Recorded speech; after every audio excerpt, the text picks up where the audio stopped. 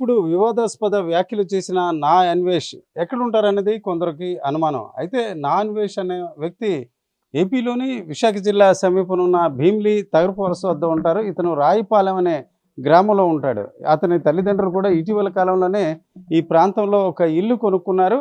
అయితే మనకి ఉన్న సమాచారం బట్టి వాళ్ళ తల్లిదండ్రులు కూడా ఓ 2 రోజుల క్రితమే కంబోడియా నుంచి వచ్చారు. ప్రస్తుతం ఇంట్లో వారు లేరు. ఇంటికి తాళం వేస్తుంది. మనం స్థానికుల నుంచి తెలుసుకున్న సమాచారం బట్టి అతని తండ్రి ఆరోగ్య పరిస్థితి బాగాలేకపోవడంతో తల్లి ఆసుపత్రికి తీసుకెళ్ళినట్టు తెలుస్తుంది.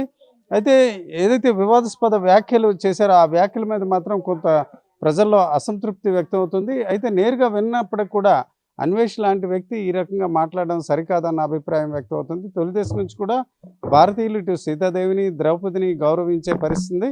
ఇప్పుడు కూడా భారతీయ మహిళలు సీతాదేవిని ఆదర్శంగా తీసుకుంటారు. రాముడు అడవులకు వెళ్ళినప్పుడు ఆమె కూడా అడవులకు వెళ్ళింది. ఒక రకంగా భర్తతో పాటు కష్టాలు సుఖాలను కూడా అనుభవించే ప్రవర్తన భారతీయ మహిళల్లో ఉంటుందన్నది భారతీయ మహిళలే కాకుండా ఈ సాంప్రదాయంగా కూడా అందరి విశ్వాసం ఉంటుంది. కానీ ఈరోజు చూసుకుంటే నిన్న మొన్నటి వరకు అన్వేష్ ఒక క్రేజీగా ఈ ప్రాంతం అంటే మనం చూడొచ్చు అత్యంత మారుమూల ప్రాంతం, ఒక సందుల్లో ఉన్న ప్రాంతంలోంచి అతను దేశ విదేశాల్లో ఒక యూట్యూబర్గా ఎదగడం పట్ల ప్రజల్లో కొంతవరకు మంచి అభిప్రాయం నిన్న మొన్నటి వరకు ఉండేది. కానీ ఈరోజు చూసుకుంటే అతను ఇటు ద్రౌపదిని అట్లాగే ఆంధ్రప్రదేశ్ మహిళల్ని, నా పిల్లల్ని ఆంధ్రప్రదేశ్ తీసుకురాను, ఇండియాకి తీసుకురాను అట్లాంటి వ్యాఖ్యలు అన్వేష్ చేయడం పట్ల ఇప్పటికే నెట్టింట్లో చాలా వైరల్ అవుతుంది. ప్రజల నుంచి తీవ్ర వ్యతిరేకత వ్యక్తం అవుతుంది.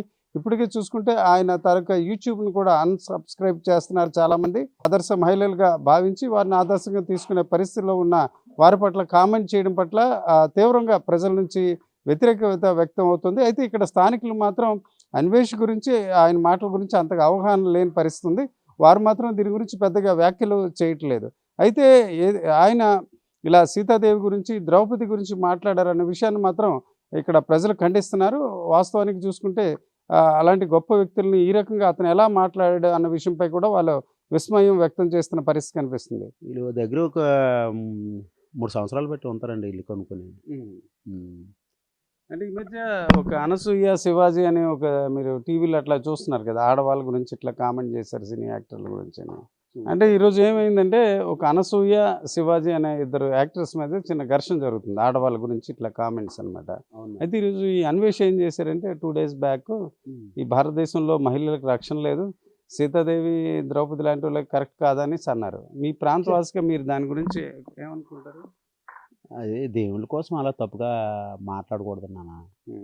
అది దేవుళ్ళ కోసం మనం వీటి కూడా అది మన పూరా కాదు భగవంతుల ఇదే, కానీ మనం అలాంటి మాట్లాడకూడదు. అదే మీరు నేను ఏ మతం అయినప్పుడు కూడా సీతాదేవి అంటే గౌరవం ఉంటుందా ఈ భారతీయులు అందరికీ? గౌరవం ఉండదా? అది మన ముద్దతాతల కాడి నుంచి గౌరవం. అది మన హిందీ దీనిది మనకి సంప్రదాయంగా మనకి ఇది నాన్న. అది దేవుళ్ళని మనం ఎప్పుడు కూడా విమర్శించబడుతున్నాను.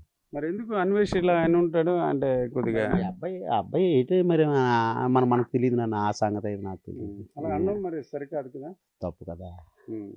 అన్వేష్ అలాగే అనరే మరి. అది ఎవరు అన్నారో ఏటో మరి మనకి అంతవరకు మనకు తెలియదు. అలా అంటే మరి తప్పు పడతారు, అతను తప్పు బాబు అంటారా? మరి తప్పు అంటారు కదా. అది మరి ఎందుకు అలాగా ఇదే అలాగ అన్నారనేసి అంత అంటారు మనకు తెలియదు నాన్న. ఎందుకంటే ఏ ఊరు వ్యక్తి అయినప్పుడు కూడా అలా అనడం అని మనం తప్పట్టచ్చు. అది పద్ధతి కాదు. దేవుళ్ళని విమర్శించడం చాలా తప్పు. అది ఏ దేవుడైనా సరే మనకు అందరూ ఒకటే సమానమే. మనం అందరూ ఆ బాబులే ఉన్నారు అనుకుని మనం వెళ్ళిపోతాం. దగ్గర 4-5 సంవత్సరాల నుంచి తెలుసా అండి. మంచిగా బాబు మరి ఇక్కడ ఇవన్నీ తీసి ఎప్పుడో సెలవులోనే వచ్చేవారు. అక్కడ ఆ దేశాల్లో ఉండేవాడు కదా, వచ్చి ఇక్కడ అన్ని ఇవన్నీ చూసుకొని వెళ్ళిపోయాడు. మరి ఇప్పుడు 3-4 సంవత్సరాలు బట్టి మరి రాలేదు, అక్కడే ఉండిపోయాడు. మధ్య ఒక శివాజీ అనే సినిమా యాక్టర్ ఆడవాళ్ళ గురించి కామెంట్ చేశాడు, టీవీలో సెల్లో చూపిస్తున్నారులే అండి. ఎవరో మనస్తత్వాలు బట్టి ఉంటారు సార్. అందరూ ఒకలాగా ఉండరు కదా, మంచి వాళ్ళు ఉంటారు, చెడ్డోళ్ళు ఉంటారు. దాని గురించి మనం చెప్పలేము కదా. రా ఏమో మరి వాళ్ళ అమ్మ మొన్న వచ్చింది వెళ్ళి 4 రోజులు అవుతుంది దుబాయ్. అక్కడికే వెళ్ళి 20 రోజులు ఉన్నది. మొన్న వచ్చింది. ఆవిడ మరి ఫోన్లోనే వాళ్ళ ఫ్రెండ్లతో వాళ్ళ ఇంట్లో వాళ్ళతో మాట్లాడుకుంటుంది. ఇరుగు పొరుగు ఏమంటే ఏమీ లేదు, అంత పరిచయంగా ఉండము. అంతే. ఓకే. అంటే అతను అన్వేషణ ఏటయింది ఇక్కడ వాళ్ళు ఆడవాళ్ళు మంచి వాళ్ళు కాపాడడానికి. ఆ. అంటే అతను ఏమంటాడంటే సీతాదేవి ద్రౌపది వాళ్ళు కూడా అలాంటి వాళ్ళే అన్నాడు. అది తప్పని అందరూ అంటున్నారు. ఏమంటారు? తప్పే కదా మరి, అది ఆ మాట చాలా తప్పు. అలాగ అనకూడదు కదా. దేశం మీద ఆడవాళ్ళందరూ ఒకలాగా ఉంటే బతకడం చాలా కష్టం.